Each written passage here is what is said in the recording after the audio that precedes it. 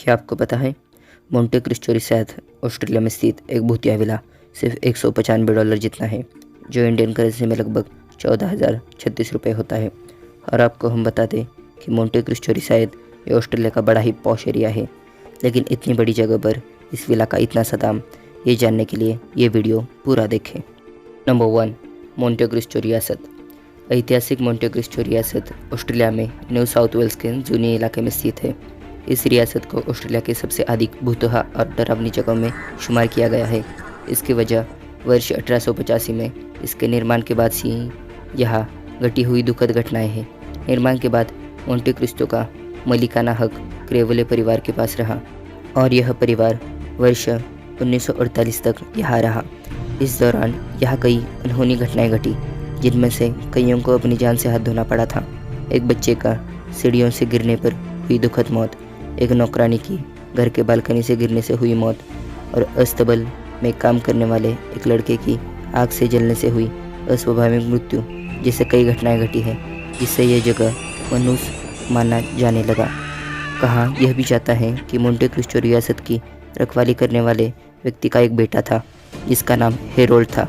वह पागल था और कभी कभी हिंसक भी हो जाता था, इसलिए उसे लगभग 40 वर्षों तक लोहे के चेन से बांधकर उसके घर में बंद रखा गया था। एक दिन लोगों ने देखा कि वह अपनी मर चुकी मां के शव के साथ लिपटा पड़ा है। इस घटना के बाद उसे पागल खाने भेज दिया गया, जहां कुछ दिनों बाद ही उसकी मौत हो गई थी। आतंकता लगातार हो रही अनहोनी और डरावनी घटनाओं से विचलित होकर क्रेवले परिवार ने वर्ष 1948 में उस जगह को छोड़ दिया।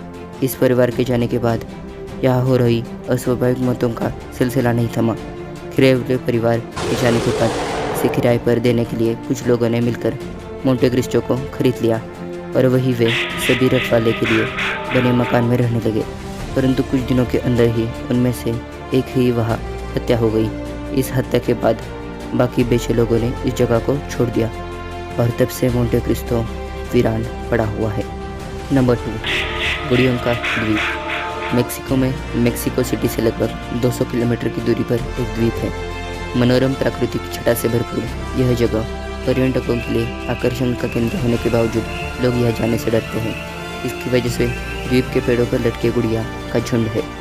ये डॉल्स कोई साधारण डॉल्स नहीं है, बल्कि सभी विकृत और जो लोगों को खतरनाक अंदाज में घूरती नजर आती हैं। इन गुड़ियों पर नजर आते ही लोग भय से कांपने लगते हैं। इस द्वीप पर गुड़ियों का बसेरा होने के पीछे एक कहानी है। वर्ष पहले डॉन जूलियन संटारा बरेरा अपने पत्नी सहित इस सुनसान द्वीप पर रहने के लिए आए थे। यहाँ उन्होंने अपना बसेरा बनाया। अचानक एक दिन उन्हें पास ही बह रहे नाले में एक बच्ची की लाश मिली। उन्होंने उस लाश को नाले से निकालकर उसे दफना दिया। इसके बाद वे अजीब हरकतें करने लगी। उनके मन में डर बैठ गया था कि उस बच्ची की आत्मा उन पर हावी हो गई, तो तब वे आत्मा के प्रभाव से मुक्ति पाने के लिए द्वीप के पेड़ों पर जगह जगह गुड़ियों को लटकाने लगे। गुड़ियों को लटकाने लगे। उनका यह क्रम तब तक चलता रहा, तब तक उनकी कोई मृत्यु नहीं हो पाई। आज जूलियन को मेरे 14 वर्ष से ऊपर हो गए, परंतु उन्होंने इस द्वीप को नज़ारा बना दिया है। वह भूतों और डरावने माहौल का रोमांच पैदा कर रहा है। Number 3, suicide forest. क्या आप विश्वास करेंगे कि दुनिया में एक ऐसी भी जगह है जहाँ जाने के बाद लोग खुदकुशी करने के लिए प्रेरित होते हैं और खुदकुशी करते भी हैं। आपको विश्वास हो या न हो, मगर एक ऐसी जगह है और वह है जापान में माउंट फूजी की तलहटी में बसा ओकीघारा का जंगल। दुनिया में सुसाइड फॉरेस्ट के नाम से फेमस इस जंगल में हर साल सैकड़ों की संख्या से लोग आत्महत्या के लिए जाते हैं। हालांकि अभी तक यह पता नहीं चला जा सका कि यहाँ खुदकुशी के लिए जाने की वजह क्या है, परंतु यहाँ मरने वाले लोगों की तादाद इतनी अधिक हो जाती है कि लाशों को हटाने के लिए स्थानीय पुलिस को प्रतिवर्ष अभियान चलाना पड़ता है। आतंक फैलने से डर से पुलिस यहाँ आकर मरने वालों के आंकड़े जारी करने से भी बचती है। अभी तक सिर्फ एक बार वर्ष 2004 में सुसाइड फॉरेस्ट में खुदकुशी करने वाला का आंकड़ा सरकारी तौर पर घोषित किया जा सका था, जिसमें कहा गया था कि जंगल से 108 लाशें मिली है। हालांकि लोगों को खुदकुशी करने से रोकने के लिए प्रशासन ने जंगल में जगह जगह चेतावनी का बोर्ड लगा रखा है, जिसमें यहाँ आने वाले लोगों से खुदकुशी न करने की अपील की गई है। बहरहाल के आमतौर पर लोगों को मानना है कि यहाँ खुदकुशी करने वालों की आत्माएं भटक रही है और वही आत्माएं यहाँ आने वाले लोगों को खुदकुशी करने के लिए प्रेरित करती है। इससे इतर ओकिगारा के जंगल में खुदकुशी को एक पौराणिक कथा से भी जोड़ा जाता है। कहानी के अनुसार इस इलाके में एक बार भीषण अकाल पड़ा था।